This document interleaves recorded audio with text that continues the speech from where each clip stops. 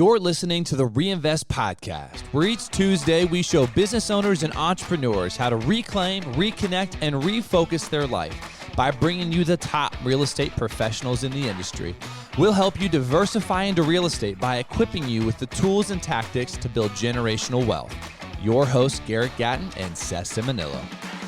What up, guys? Excited to have you on for another episode of the Reinvest Podcast, episode number 82. So we're going to jump right in today into a topic that has been really eye-catching. Some in the real estate industry would call it the sexy side of real estate. I guess. I've not heard many people maybe say that exactly, but short-term rentals have been all the buzz, especially since COVID. I think the whole work-from-home model has really accelerated short-term rentals. So everyone realized, I can work from anywhere. So they started vacationing more. They started going out more. And short-term rentals obviously became very popular through AirBnB and VRBO and all the other sites that kind of host short-term rentals. So let's kind of, let's do a walk through memory lane here. VRBO and some of those places were kind of the original OG short-term rental platforms. Vacation rental platform. Vacation rental. Yeah. And then as, the workplace has opened up, Airbnb stepped on and democratized the hospitality industry, giving people the ability to drive profit through the properties they own. Now you got people listing dumpy single-family houses in dumpy neighborhoods on and I'm Airbnb. staying at them. Suckers like me are staying at them in Cleveland with my family, and I'm like, this is so cool. And then you this isn't the property, and then you walk in, and you're like, oh, this is the property.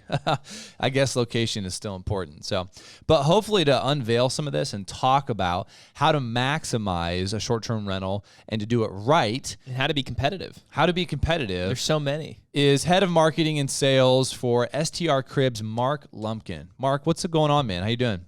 Hey guys, thanks for having me on, Seth. Thanks for having me on, Garrett. Super excited to chat with you. Obviously, this is a fun topic. It's sexy on the outside. There's a lot of hard work that goes into setting up a short-term rental and doing it right so that you can be successful. And I think that's what we've really mastered at STR Cribs. I'm excited to talk with the listeners today, share a little bit of the wisdom and insight that I've gained over the last couple of years. Well, it's been more than a little bit of wisdom because you guys have done a lot of properties. Yeah, man. We've done a little over 500 over the course of the last almost 4 years. So STR Cribs, it reminds me of MTV Cribs. Is that kind of supposed to be the play?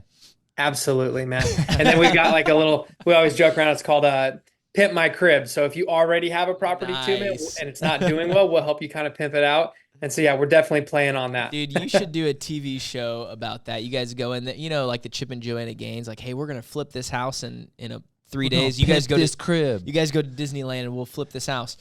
You guys need to do that for short-term rentals. Find operators who are struggling throughout the country and just totally blow their minds. What? Copyright. 100%. That idea is copyrighted. Yeah, it's already, unfortunately, it's already on my roadmap, so I appreciate you trying to copyright it, but I already did. But if there's a Netflix executive or producer listening to the show right now or an HGTV, definitely hit me up, and we'd love to do a TV show. And you'll have to do one for us since it's our idea. Okay, together. Perfect. We'll bring you guys in. Maybe you guys can be like the vocal. You guys can do the voiceovers for us. Yeah, that's good. That's good. So for our listeners who maybe don't know, tell us what STR Cribs does and how did the company get started, and we'll go from there. Yeah. So our founder, Josh Lewis, has been in construction for a little over 30 years. He's based out of Tampa, Clearwater, Florida, and had a construction company going, doing remodels, renovations, things like that. And a handful of operators in the short-term rental space were opening up properties in that area, in Tampa, Clearwater. And they reached out to him, just, looking for contractors, needed some work to be done. He obviously has a big passion for travel and hospitality and was always kind of interested in that space. And some clients opened the doors for us to jump into it. We did a few successful renovations and then handled the design and furnishing on those properties as well. And then realized this was, a hyper niche that no one else was really going after and no one else was really doing well. And so we took our team's wealth of knowledge and experience in the renovation space. We added a handful of top designers and people that knew furnishing really well and, specifically how to set up short-term rentals. And we built an entire company around that. And now that's all that we do. And so we're laser focused on that. And we think we are the only licensed general contractors that can do an entire property setup, from replacing floors, putting a roof on, replacing, doing kitchen bathroom remodels, all the way to stocking the home with paper towels, cups, and plates in the kitchen. That is crazy. That's so crazy. So if anybody's looking to do a short-term rental, you could be the one-stop shop to get it designed and ready to go. Correct. We can do it all for them. All their amenities, all their renovations, all their furniture, all their decor. We finish every project with professional photos and a professional clean. And so we really give a turnkey solution to investors. So guys, if you're listening to this episode, this is why we're excited today. It's really rare to have somebody on who has the hyper focus that your company does, because people come to us as a real estate professional. Why? Because we have this touch point on the market and what's going on, like a real-time pulse on what's happening. And that information is valuable. Well, today we're going to give a real-time pulse on what's going on in this space and how to be competitive and bring a product that's unique and not just like every other short-term rental or Airbnb listing that you've seen. And so, Mark, one of the things that off camera we had talked about is this concept of an amenities arm race, which is your term. Just expound, like, what is that, and how is that shaping the industry? Yeah, I think what it is a couple of things a couple factors have played into what I call the amenities arms race and why it's so important. One is, you hear the Airbnb bust.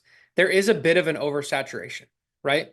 If you looked on Airbnb 10 years ago and you were going to a concert in New Orleans, man, you might have one or two options to pick from. Now you have hundreds and hundreds of properties to choose from. And so there's a lot of options for guests, and there's a lot of homes that are very similar. And so if I go to pick a place in the United States, I go to Clearwater, Florida, and I look on Airbnb and I need a 3-bedroom, 2-bath for me and my family, I have hundreds of options to pick from. And so what differentiates your home from all of your competition? And we believe it's the amenities and the design. And so that's why we call it the amenities arms race.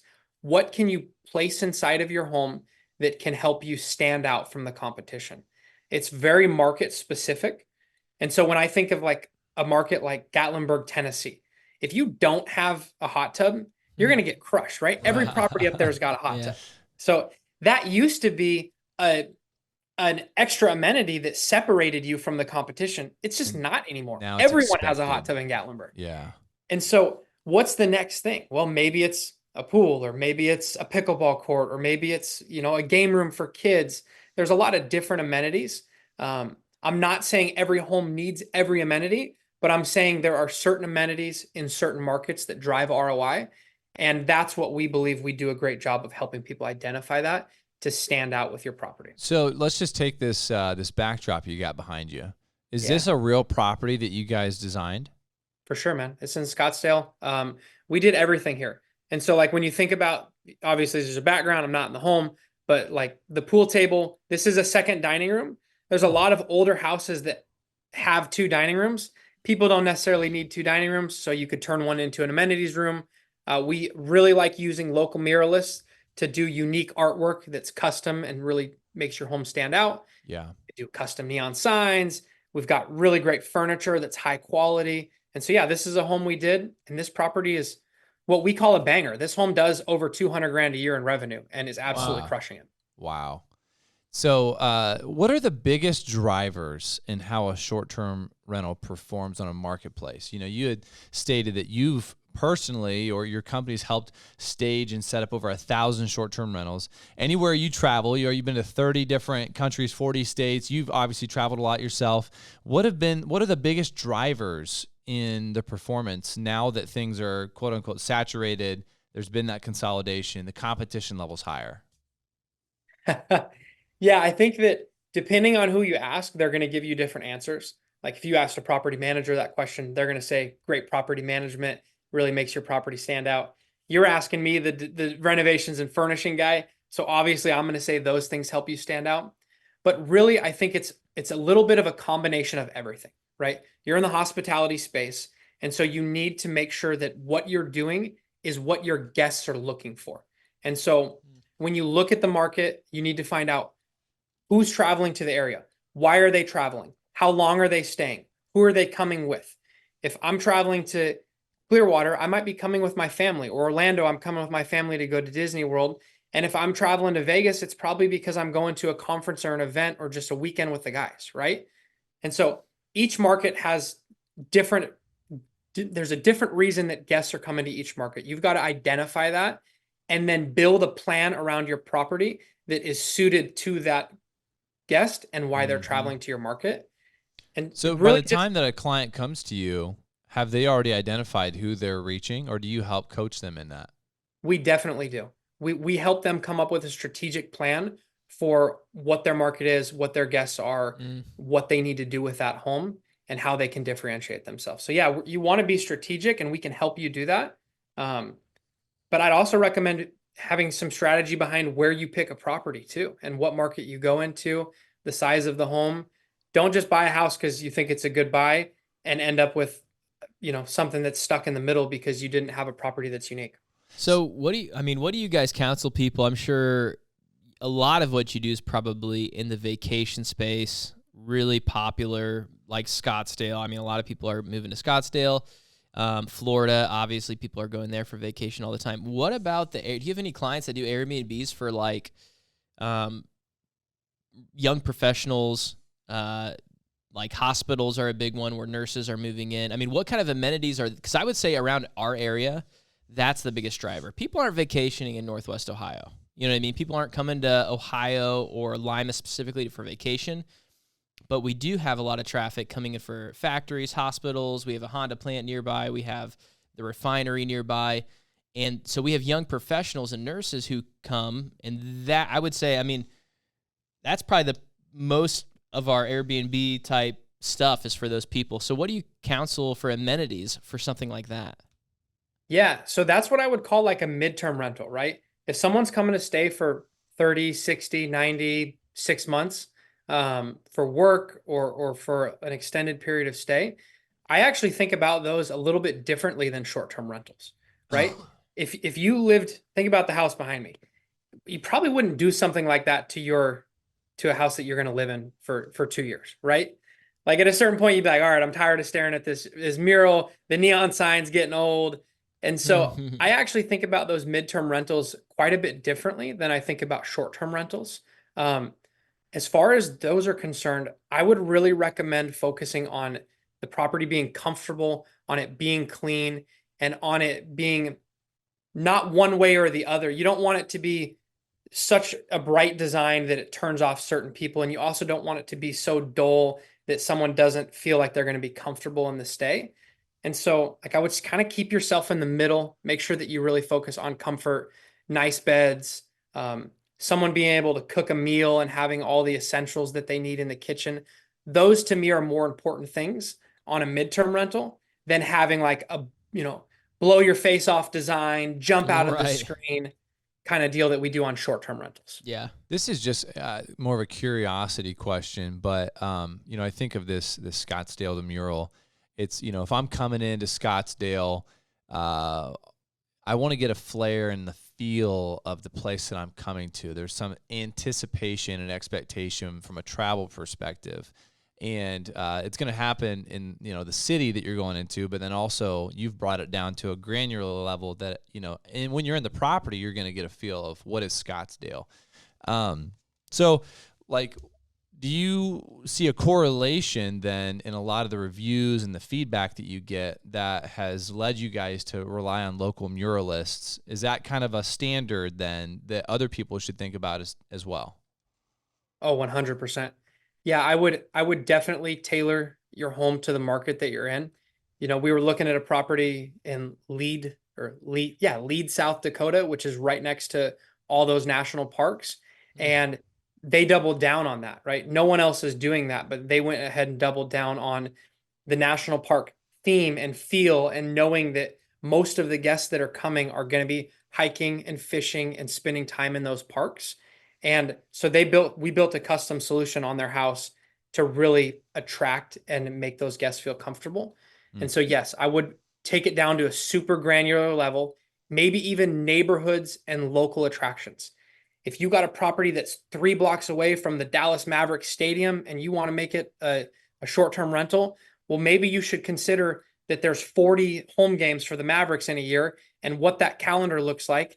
And maybe that's your target guest. You know what I mean? Mm-hmm. So figure out who the avatar is, the person that you're hoping that will be coming and staying at your house and why they're coming, and then build a plan around that person and why they're coming and go all out on it. And why not? What else do you have to lose? Right. So let's take this a little bit further. Out of the ones that you've stayed at, even, what have been some of the patterns and some of those common reoccurring themes that make something successful? So we talked about making it personalized to the place that it is, the difference between midterm and short term, but just experientially, what's important to you when you go to these? Yeah. So I think that I'm actually, if you look at the statistics, I'm right in the average of travelers for short-term rentals. I travel with my wife and 2 kids. I have a 4-year-old and a 2-year-old. And what makes our experience great is, one, a kid-friendly home. And so having pack and plays, high chairs, when we're at a property with stairs, having baby gates so that we can block off the stairs. Those things really improve our quality of stay. And then fun amenities. So board games, arcade games, things like that that give us something to do while we're in the house are really crucial to, us having a good time at the property. And then some other things that I always like to point out, that because I own short-term rentals myself. And so you also want to make sure that your own personal preference as a property owner and an investor doesn't dictate how you set up your property, and you actually try to design for the data and listen to the people that are going to be coming in. Yeah. And so me and my wife had an argument the other day. I don't really watch TV, and we have 2 TVs in one of our properties, and a guest asked if there was a TV in every bedroom before she booked. It's a 4-bedroom house. And my wife said, we should have a TV in every bedroom. And I said, who the hell needs to sit in their bed and watch TV? You're on vacation at the most beautiful beach in the world. Go outside and play. Yeah. And she said, Mark, it doesn't matter what you think. You're not the one booking the house. These people want TVs in every bedroom, and TVs only cost $200. So why don't we just put TVs in the other 2 bedrooms? But fundamentally, you disagree with it as a person. Yes, exactly. Fundamentally, I disagree with it. So I threw a poll up on LinkedIn. You guys want me to read this to you? I threw a poll up on LinkedIn 2 days ago, and I got, let's see how many reactions I got. I got quite a few. I'll find it in just a second. Yeah, I'm approaching that the same way. Like my dad, the dad in me is like almost approaching it like my kids. Like, get outside and get some sunshine. You don't need TVs in every room. But yeah, it doesn't matter what you think. Yeah. So I got 60 votes on my LinkedIn poll, how many TVs you want, and 75% of them are for 3 TVs or more in the property. Wow. 50% of them are for TVs in every room, and TVs in every room plus outside. And so, right, like that's something that, my mind doesn't consider and doesn't think about, because I don't want that in the house, but that doesn't mean that's not what the market wants in the property. And so you really want to be strategic about what you do, put your personal bias aside. So this is a great segue into kind of one of the wrap-up questions in this is, what are the common mistakes that owners make when setting up or furnishing a short-term rental? And one of those is making it and tailoring it to your personal preference versus the market. What are some other things that you see owners, they make mistakes in when they approach a short-term rental? Yeah, I would say, obviously what we talked about, putting your personal bias aside. Another thing is the quality of the items and the furniture that you put in the house.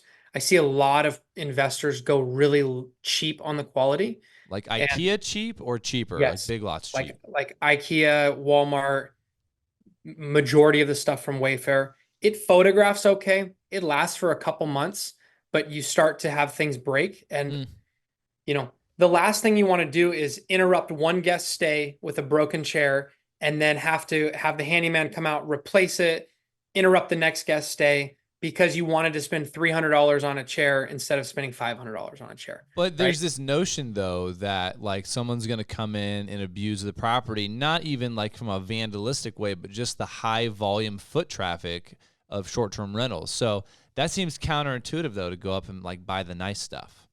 No, I would disagree with that. Don't go buy Pottery Barn $3,000, $4,000 couches, but also don't buy IKEA $500, $800 couches. You need to find yourself in the happy medium where the items are good quality. They're hospitality grade furniture. They're not going to break and have to be replaced. They're going to have good quality like microfiber or faux leather material that's easy to clean and take care of.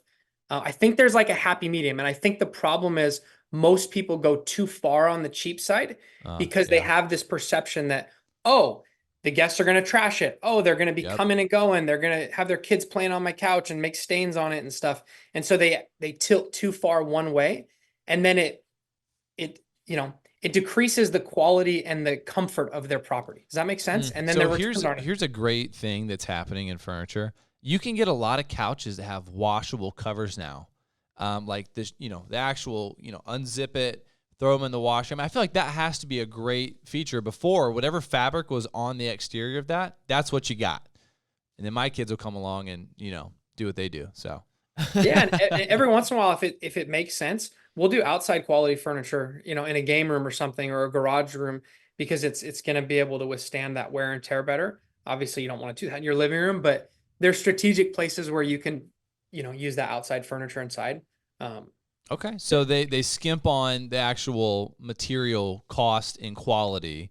What are some other things you've seen that they do? I would say the same thing with essentials. We see a lot of property owners. If you've ever built a listing in Airbnb or VRBO, they have an extensive list of questions they ask you about the amenities that the home has. It's irritating. It's kind of like, do you have clothes hangers in the closet? And you're like, right. And is there propane to go with the barbecue? And is there olive oil and salt and pepper? And do you have a coffee maker? There's so many essentials that the house needs. My preference and my recommendation is actually to go stay in your property for a couple of days or a week. Like live in it as a traveler. You've set it up, stay for an extra week, and you're going to find out that, the batteries for the TV remote don't work. I got to run to Walmart and grab a pack. Well, what happens when that happens to your guest, right? Oh, I'm trying to cook a steak dinner and there's no steak seasoning. All I've got is salt and pepper. That sucks. And so like just staying in your property can shed a lot of light on the things that your guests will experience when they're at your home. That's a great recommendation. Mm-hmm. Wow. So did you do that with some of the ones that you had set up? Definitely. For yourself? What were the things that you overlooked? It's usually always just small little things, like I said, like extra batteries, or I don't have any olive oil and I'm trying to make eggs for breakfast, and gosh, that's annoying. And just like all these just kind of little things, So I think you're bringing up a really good point. This is like, we're cynical as humans. If you do your job, you're not going to get a thank you. Like you only see the problem when something's not there, right? So all those little things that you mentioned, them not being in the property, that's when it comes to the forefront and the conscious part of someone's brain that's staying there. If it's all there, they're like, yeah, that was a good stay. I expected those things to be there. And at the end of the day, you're just going for a good review. You're not going for a pat on the back of like, wow, you went over the top by having steak seasoning. It's like, no. That has to be there in order for you to get, the kind of feedback you're looking for. Exactly. Yeah. And those things can be such a small dollar amount. If you put it into perspective, it's not worth what it would potentially cost you in revenue by getting that 4-star review, or me missing out on a booking because I didn't have 2 extra TVs in the house. TVs only cost $150 at Walmart. That was a $2,000 booking that a $300 worth of TVs cost me, right? Right. So yeah, it's just not worth what it will potentially cost you in lost revenue and lost reviews over just doing it right the first time. And I think a lot of people try to cheap it out on the front end, and they don't realize what it ends up costing them on the back end. Wow. All right, we're going to jump into our smaller pockets segment. So, Mark, go ahead and tell us about one of your worst real estate deals. What went wrong? And then what did you learn from it? Worst real estate deals, what went wrong and what did I learn from it? I'm currently in a lawsuit on a real estate transaction, so I probably shouldn't talk about that one. Oh, Man. Maybe you guys can have me back on in 6 months when it gets all settled. I'll talk about that. It's a great story. That sounds you got our hopes up. I mean, I'm sorry you're in a lawsuit, but that would make for a great story. So it would. We'll have to circle back on that one. I would say that buying a property and trying to rush it has always, every time I've tried to speed things up and do them half-ass, it always has come back to bite me. And so there was a property that I bought that was going to be a flip, and I was under the gun because we were getting married in 3 weeks, and I wanted the transaction to close so I could get it off my plate. And we skipped over some things in our due diligence and our inspection, and it ended up biting us in the butt. And then the same thing has happened when I've set up short-term rentals, and I haven't given myself enough time. I've been under the gun. I've been busy. I've wanted to get it done in a week when I should have given myself a month. And those little things that I've missed, whether I'm buying a property or setting a property up, have ended up costing me way more than if I would have just slowed down, done it right the first time, and given myself a little extra time and money on the front end. So the flip that you were talking about, what were some of the things that you overlooked? Yeah, so it was a cat piss house. It was a house that nice. I don't know if you've ever been in those, but Oh yeah. I think everyone needs to be in one of those if they haven't. It's like one of the experiences you want your kids to share before they go off on their own. Like, son, come through this house. Well, a tenant tells me they have cats, and I'm like, I don't think so. I don't think I want to let pets in my property anymore. And they're like, what? What do you got against cats? I'm like, just walk in one of those houses. Walk in one of those houses. Awful. Like doors had been, those interior doors that had been completely blown out at the bottom from the moisture of cat peeing on them. Oh. And so I just underestimated. I was like, yeah, we'll come in here, rip up the carpets. We'll lay down some, alcohol-based lacquer, cover up the stains. And it ended up being the bottom 3 feet of the drywall had to be cut out all the way around. We had to seal the studs. Wow. The HVAC underneath, the HVAC vents, there had been a bunch of piss that had soaked into those. We had to cut those back about 5 feet and replace those. Yeah, man, it was not fun. And you're right. If you ever walk into those houses, you know what I'm talking about. Well, I think what's interesting is normally the issues that we run into aren't things that we just totally didn't know. It's not like you're like, wow, I didn't know that cat piss was so destructive on a property. It's the fact that you were rushing and you probably had a normal process that you would execute to avoid putting yourself in a situation like that, but you didn't do that. And so it was something you knew to do, but you set aside conventional wisdom because of this factor, that factor, you're getting married, stuff like that. And it caused you not to perform the due diligence that you normally would have. And I feel like we can all relate to those kinds of mistakes. So yeah, that's a good one. All right. Slow down and speed up. So we're going to go into what we call our little nugget.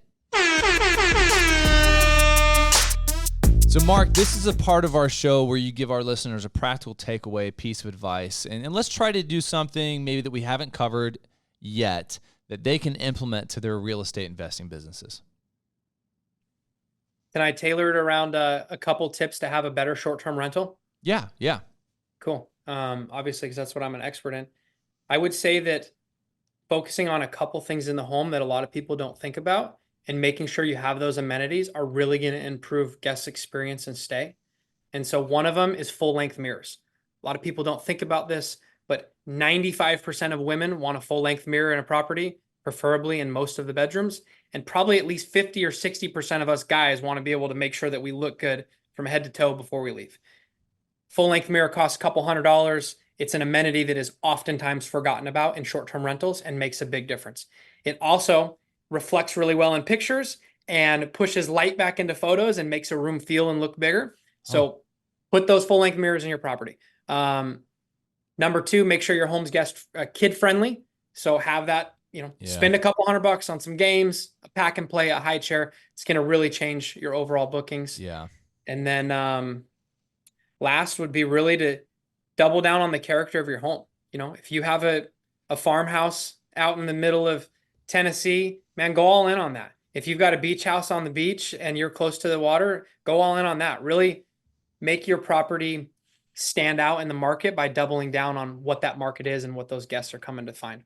That's great. That's really good. Yeah. The kid thing I can totally identify because you're already taking so much stuff when you travel with your family. And if you know that some of that's going to be on site, like a pack and play, it's one less thing you're going to have to throw into the wagon, when you go. Definitely. So that's good. What's been one of the best resources in your business development? Always enjoy the podcast. So I love what you guys are doing. I think that it's a great way to learn from an expert in every field. What are some of your favorite podcasts? What's been my favorite podcast? Obviously your guys' podcast is one of my favorites. Oh, shucks. I've really enjoyed Patrick Beverly Davis's podcast, the Valuetainment, that he's been putting out a lot of good stuff. Nice. What's the premise of that show? It's mostly just business advice. He does lean into the political and world news, stuff like that. But it's mostly business advice. He's an ex real estate mogul, and he's done a lot of. He had an insurance agency and stuff like that. So they interview a lot of business type people, and it's quite interesting. Awesome. How can people find out about your success? Follow the STR Cribs, and maybe line them up for a future project they got going on. Yeah, for sure. Reach out to me for anything. I'm happy to, even if people don't have a project and they just want to chat or get some free advice on, like we talked about earlier, how to pimp my crib. Always happy to take a conversation. They can email me. You guys will probably put my email in the description, but it's mlumpkin@strcribs.com, or they can find me on LinkedIn. I'm always on LinkedIn. I post every day, and that seems to be my favorite social media platform. We will put all of those things in the show notes. And dude, thank you. I can tell you were so prompt with being able to provide specific examples. You can tell that you do this every day. Yeah, thank you guys. It was a fun conversation. Really grateful to be on your show and love what you guys are doing. And I'm excited to hopefully circle back with you in a couple months if I can tell you that story after we get through this lawsuit. Man. Well, I hope it turns in your favor and that you're able to get that resolved, and it's stressful and stuff. But dude, thanks for coming on today and sharing with our listeners. Thank you guys. Appreciate it. As always, excited that you joined us for another episode of the Reinvest Podcast. Stay tuned every Tuesday for new episodes. And if you want to learn how you can use your hard-earned capital to diversify into real estate, go to our website, lv5capital.com, and shoot us a message. Move farther, reach higher, and grow deeper. We'll see you next time.